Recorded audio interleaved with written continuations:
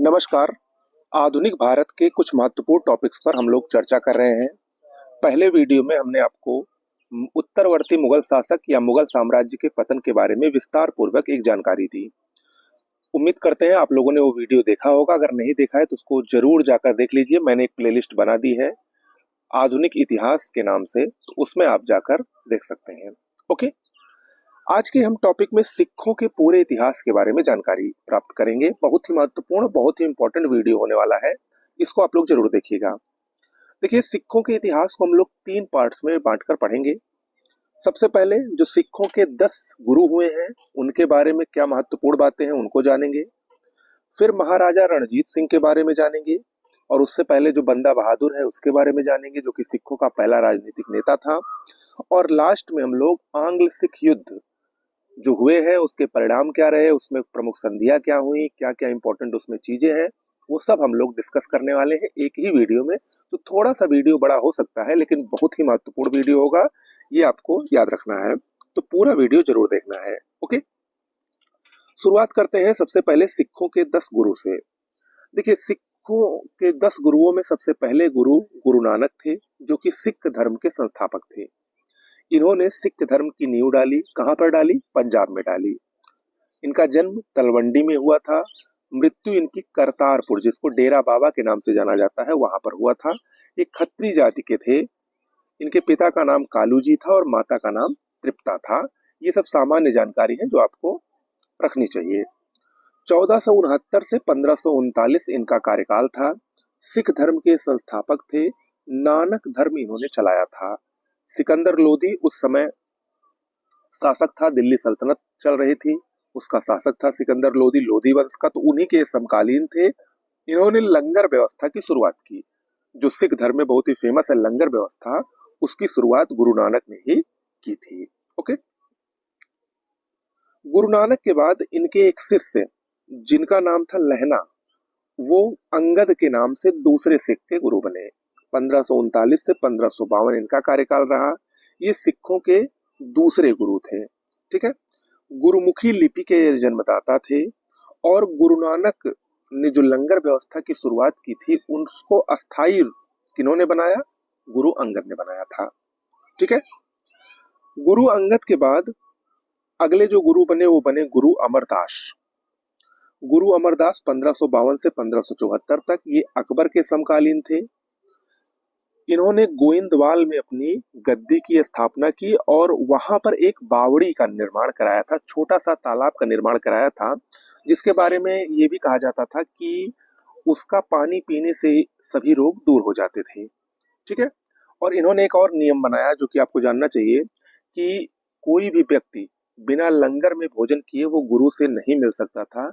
इन्होंने ये नियम बनवाया था। अकबर के समकालीन थे। अकबर ने इनकी बेटी जिसका नाम बीबी भानी था उसके नाम कुछ जमीन भी दी थी। किसके? अमरदास की। ओके, इसके बाद अमरदास ने अपने शिष्य और अपने दामाद रामदास को अगला उत्तराधिकारी बनाया 1574 से 1581 तक। ये भी अकबर के समकालीन थे। अकबर ने इन्हें 500 बीघा जमीन दी थी और जिस जमीन पर इन्होंने रामदासपुर नामक नगर का निर्माण कराया था, और वही रामदासपुर आगे चलकर अमृतसर के नाम से फेमस हुआ। रामदास की सबसे प्रमुख बात यह है कि इन्होंने गुरु का पुत्र पैतृक बना दिया। कैसे पैतृक बनाया? इन्होंने अपने तीसरे पुत्र अर्जुन देव को उत्तराधिकारी नियुक्त करके गुरु के पद को पैतृक बना दिया। तो रामदास के बाद अगले जो गुरु हुए वो हुए गुरु अर्जुन देव 1581 से 1806 ईस्वी तक। बहुत ही महत्वपूर्ण है। इनको सच्चा बादशाह कहा जाता है। इन्होंने हरमिंदर साहब का निर्माण किया। हरमिंदर साहब का निर्माण अमृतसर तालाब के मध्य में करवाया है। आपको बता दें, अमृतसर और संतोषसर तालाब का निर्माण भी इन्होंने ही करवाया था। हरमिंदर साहब का निर्माण इन्होंने करवाया था और इसकी आधारशिला कादरी संप्रदाय के बहुत ही प्रसिद्ध संत मियां मीर द्वारा रखी गई थी। अर्जुन देव के समय में आदि ग्रंथ की रचना हुई थी, जो कि एक बहुत महत्वपूर्ण घटना है। 1604 ईस्वी में आदि ग्रंथ की रचना की। इन्होंने अनिवार्य रूप से आध्यात्मिक कर भी लेना शुरू कर दिया था और इन्होंने अपने शिष्यों से ये भी कहा था कि वो अपनी आय का 1/10 भाग गुरु को अर्पित करें। ठीक है, बाद में खुसरो, जो कि जहांगीर का पुत्र था, उसको समर्थन देने के कारण जहांगीर ने इनको मृत्यु दंड दिया था, अर्जुन देव को। ओके।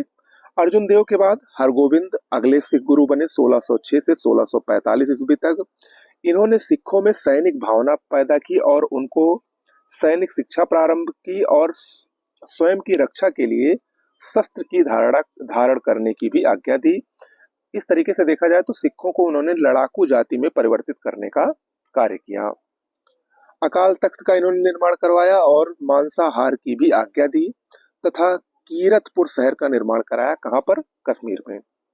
हरगोविंद के बाद अगले जो गुरु बने वो गुरु हरराय बने 1645 से 1661 के बीच में। इनके समय की एक महत्वपूर्ण घटना यही है कि शाहजहां के पुत्रों में उत्तराधिकार का युद्ध इन्हीं के समय में प्रारंभ हुआ था। इन्होंने भी अपने शिष्यों को सैनिक शिक्षा दी थी। ठीक है। हरराय के बाद हरकिशन बने 1661 से 1664 में। हरकिशन की मृत्यु चेचक से हुई थी। हरकिशन के बाद अगले जो गुरु बने वो बने तेग बहादुर 1664 से 1675 के बीच में। ये हरगोविंद के पुत्र थे। इनके समय में उत्तराधिकार के लिए लड़ाई शुरू हो गई थी। इन्होंने अपनी गद्दी अमृतसर की जगह मकोवाली में बनाई। औरंगजेब ने इनको दिल्ली बुलवाया और इनसे इस्लाम धर्म कबूल करने के लिए, इस्लाम धर्म स्वीकार करने के लिए कहा, और इन्होंने मना कर दिया। उसके बाद इनकी हत्या कर दी गई। औरंगजेब द्वारा इनको मृत्युदंड दे दिया गया गुरु तेग बहादुर को। गुरु तेग बहादुर के बाद सिखों के 10वें और अंतिम गुरु गुरु गोविंद सिंह बने 1675 से 1708 के बीच में। ये 10वें और अंतिम गुरु थे। इनका जन्म पटना में हुआ था। आनंदपुर नगर की इन्होंने स्थापना की और वहीं पर इन्होंने अपनी गद्दी स्थापित की थी। हिमाचल प्रदेश का जो पुआंटा साहिब है, बहुत ही फेमस है सिखों के लिए, उसकी स्थापना भी गुरु गोविंद सिंह ने ही की थी। इनकी आत्मकथा का नाम विचित्र नाटक था। इसके अलावा इन्होंने कृष्णावतार और चंदी दीवर नामक ग्रंथ की रचना भी की थी। सिख लोग जो अपने नाम के आगे सिंह और महिलाएं कौर लगाती हैं, वो लिखने की परंपरा इन्होंने ही शुरू की थी, गुरु गोविंद सिंह ने। तथा साथ ही इन्होंने सिखों को 5 वस्तुएं धारण करने को कहा था: केस, कंघा, कक्षा, कड़ा और कृपाण। ठीक है। 1699 में इन्होंने खालसा पंथ की स्थापना की थी। खालसा का अर्थ होता है शुद्ध या विशेष। शुद्ध या विशेष, ये खालसा का अर्थ होता है। ओके। इनके समय में 2 बहुत ही प्रसिद्ध युद्ध हुआ था। एक हुआ था नादौन का युद्ध और एक हुआ था खिदराना का युद्ध, तथा एक युद्ध और हुआ था, उसके बारे में अभी हम आपसे चर्चा करने वाले हैं। 1690 में नादौन का युद्ध गोविंद सिंह और मुगल के बीच में हुआ था, जिसमें गोविंद सिंह विजयी हुए थे। खिदराना का युद्ध 1705 में गोविंद सिंह और मुगल के बीच ये भी हुआ था, जिसमें भी गोविंद सिंह विजयी हुए थे। इन दोनों के बीच में एक युद्ध आनंदपुर का द्वितीय युद्ध हुआ था 1704 में। कब हुआ था? 1704 में आनंदपुर का द्वितीय युद्ध हुआ था। ये युद्ध गुरु गोविंद सिंह के 2 बेटे, जिनका नाम था जोरावर सिंह और फतेह सिंह, इनके बीच में हुआ था और मुगलों के बीच में। तो इसमें क्या हुआ था? जोरावर सिंह और फतेह सिंह की हत्या कर दी गई थी। इनको दीवार में जिंदा चुनवा दिया गया था। कब? 26 दिसंबर 1704 को। और इसीलिए हम लोग देख रहे हैं कि पिछले 2 साल से 26 दिसंबर के दिन वीर बाल दिवस मनाया जाता है। तो वो गुरु गोविंद सिंह के इन्हीं दोनों बेटों की शहादत की स्मृति में मनाया जाता है। ओके। ये जो 3 युद्ध हुए, नादौन, खिदराना, आनंदपुर, इन तीनों युद्धों के दौरान जो आदि ग्रंथ था वो कहीं खो गया था। तो इसीलिए गुरु गोविंद सिंह ने इस आदि ग्रंथ का पुनः संकलन करवाया। इसीलिए आदि ग्रंथ को दशम पातशाह का ग्रंथ कहा जाता है। ठीक है।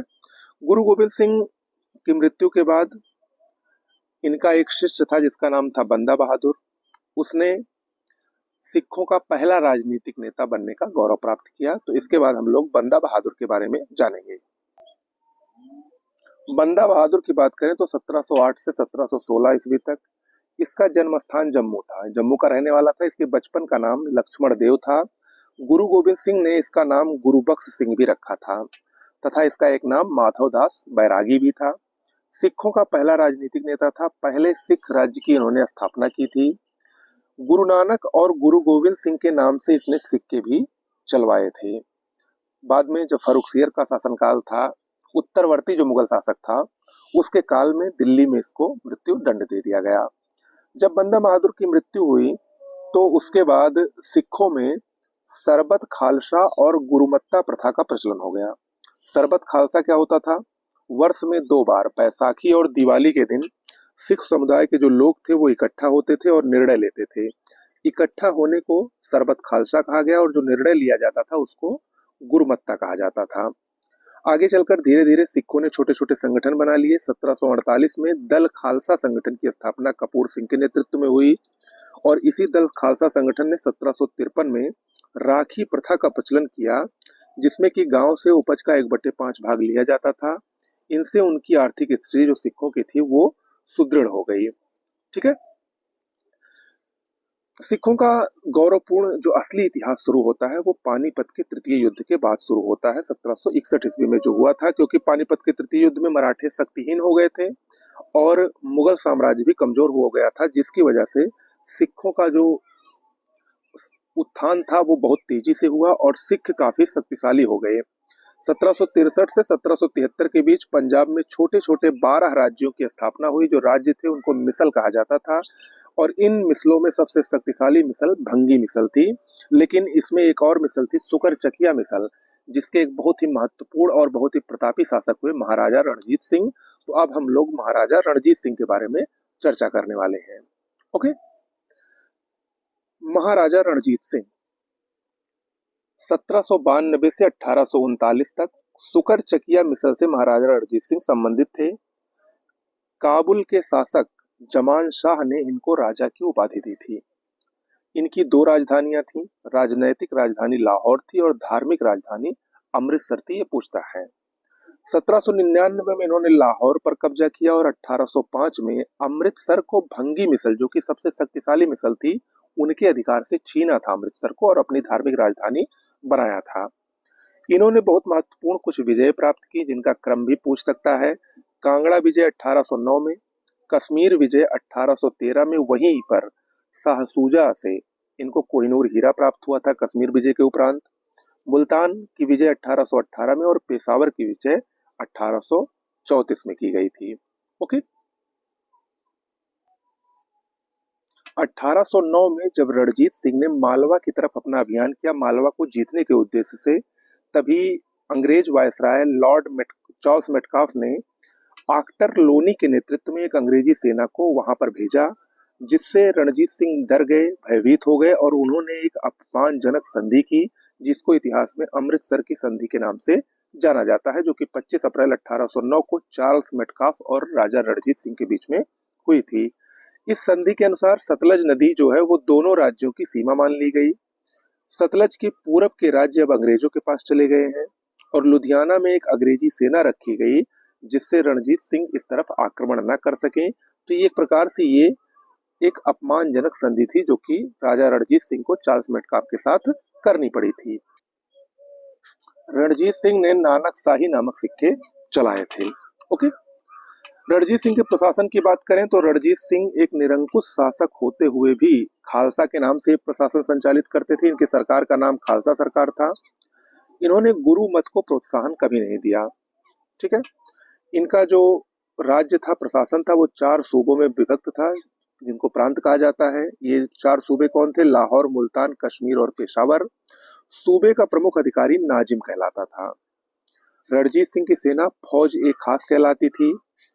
रणजीत सिंह ने घुड़सवारों को यूरोपीय ढंग से प्रशिक्षण के लिए फ्रांसीसी सेनापति एलॉर्ड की नियुक्ति की थी, ये पूछता है। ओके। पैदल सेना प्रशिक्षण के लिए इन्होंने इटालियन सेनापति बंतुरा की नियुक्ति भी की थी। लॉर्ड ऑकलैंड ने रणजीत सिंह की सेना को संसार की सबसे सुंदर फौज बताया है। विक्टर जाकमा ने रणजीत सिंह की तुलना नेपोलियन बोनापार्ट से की थी। ओके। रणजीत सिंह की मृत्यु के बाद का जो पंजाब है वो राजनीतिक अस्थिरता का संदेश देता है। पंजाब में राजनीतिक अस्थिरता पैदा हुई। इनकी मृत्यु के बाद खड़ग सिंह उत्तराधिकारी बना, जिसकी भी 1840 में ही मृत्यु हो गई। इसके बाद 1843 में रानी जिंदन की संरक्षिता में दिलीप सिंह अंतिम राजा बने, जिनकी बाद में 1893 में पेरिस में मृत्यु हो गई। तो धीरे धीरे पंजाब की जो स्थिति थी वो काफी खराब होती चली गई और खालसा सेना जो है वो काफी शक्तिशाली हो गई थी जब दिलीप सिंह राजा बने थे।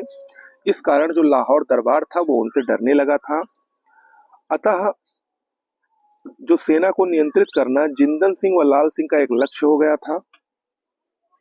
वहीं दूसरी तरफ महारानी जिंदन की महत्वाकांक्षा जो है वो धीरे धीरे बढ़ती जा रही थी, जिसके फलस्वरूप दो आंग्ल सिख युद्ध होते हैं। और ये दोनों आंग्ल सिख युद्धों को हम लोग बारी बारी देखेंगे। पहला आंग्ल सिख युद्ध 1845 से 1846 के बीच में हुआ। इसमें सिख शासक दिलीप सिंह थे, गवर्नर जनरल लॉर्ड हार्डिंग थे, अंग्रेज सेनापति लॉर्ड गफ थे और सिख सेनापति लाल सिंह थे। यह युद्ध महारानी जिंदन की महत्वाकांक्षा का परिणाम था। इस युद्ध में कुल 5 लड़ाइयां लड़ी गई। मुदकी, फिरोज शाह, बद्दोवाल, आलीवाल और सबराओ। लेकिन जो सबराओ की लड़ाई थी, 5वीं लड़ाई थी, वो ही निर्णायक सिद्ध हुई। लाल सिंह और तेजा सिंह ने इसमें विश्वासघात किया, जिसके कारण सिखों की बहुत बुरी तरीके से हार हुई और सिखों को 9 मार्च 1846 को लाहौर की संधि करनी पड़ी। जो लाहौर की संधि हुई, इसकी मुख्य शर्तें क्या थी? सिखों को 1.5 करोड़ रुपए दंड के रूप में देने पड़े। अंग्रेजों ने 1 करोड़ रुपए में कश्मीर गुलाब सिंह को बेच दिया। फिर लाहौर में अंग्रेजी रेजिडेंट हेनरी लॉरेंस की नियुक्ति भी लाहौर की संधि के अनुसार हुई थी। ठीक है। सिखों को कश्मीर गुलाब सिंह को बेचना पसंद नहीं आया, इसलिए लाल सिंह के नेतृत्व में सिखों ने पुनः विद्रोह कर दिया। लेकिन उस विद्रोह का भी दमन कर दिया गया और दिलीप सिंह से पुनः एक और संधि की गई, जिसको भैरोवाल की संधि के नाम से जानते हैं। 22 दिसंबर 1846 को हुई है। इसमें महारानी जिंदन, जो कि उनकी संरक्षिका थी दिलीप सिंह की, उनकी संरक्षिका समाप्त कर दी गई और उनको 1.5 लाख वार्षिक पेंशन पर रखा गया। लाहौर में एक अस्थायी अंग्रेजी फौज की भी नियुक्ति कर दी गई। ठीक है। इसके बाद ये जो लाहौर में अस्थायी फौज रखी गई थी, इसका खर्च लगभग 22 लाख रुपए प्रतिवर्ष था, जो कि दिलीप सिंह को देना था। और ये व्यवस्था दिलीप सिंह के, चूंकि दिलीप सिंह जब राजा बने थे तो बहुत कम उम्र के थे, तो उनके वयस्क होने तक चलनी थी। लेकिन इससे पहले ही लॉर्ड डलहौजी के समय में एक बार फिर से सिख और अंग्रेज आमने सामने हो गए और परिणाम स्वरूप द्वितीय आंग्ल सिख युद्ध हुआ 1848 से 49 के बीच में। द्वितीय आंग्ल सिख युद्ध की बात करें तो इस समय गवर्नर जनरल लॉर्ड डलहौजी था, सेनापति लॉर्ड गफ और चार्ल्स नेपियर था। तत्कालीन कारण इसका क्या था? मुल्तान के सूबेदार मूल राम का विद्रोह। मुल्तान के सूबेदार मूल राम का विद्रोह, या मूलराज भी कहीं कहीं लिखा रहता है, इसने विद्रोह किया, जिसके फलस्वरूप सबसे पहले चिलियावाला का युद्ध हुआ 13 जनवरी 1849 में लॉर्ड गफ और शेर सिंह के मध्य, जिसमें अंग्रेजों को भारी क्षति पहुंची थी। इसके बाद गुजरात का युद्ध हुआ 21 फरवरी 1849 को। लॉर्ड गफ के स्थान पर चार्ल्स नेपियर आया था। उसने सिखों को बुरी तरीके से पराजित किया। 29 मार्च 1849 को पंजाब का अंग्रेजी राज्य में विलय कर लिया गया और लॉर्ड डलहौजी द्वारा पंजाब का शासन चलाने के लिए हेनरी लॉरेंस, जॉन लॉरेंस व चार्ल्स मेस्ले की 3 सदस्यीय परिषद का निर्माण किया गया और इस तरीके से पंजाब ब्रिटिश साम्राज्य का अंग बन गया। ओके, तो ये पूरी पंजाब की कहानी है, जो कि परीक्षा की दृष्टि से बहुत ही महत्वपूर्ण है। उम्मीद करते हैं आप लोगों को ये वीडियो पसंद आया होगा। मिलते हैं अगले वीडियो में कुछ एक नए टॉपिक के साथ। नमस्कार।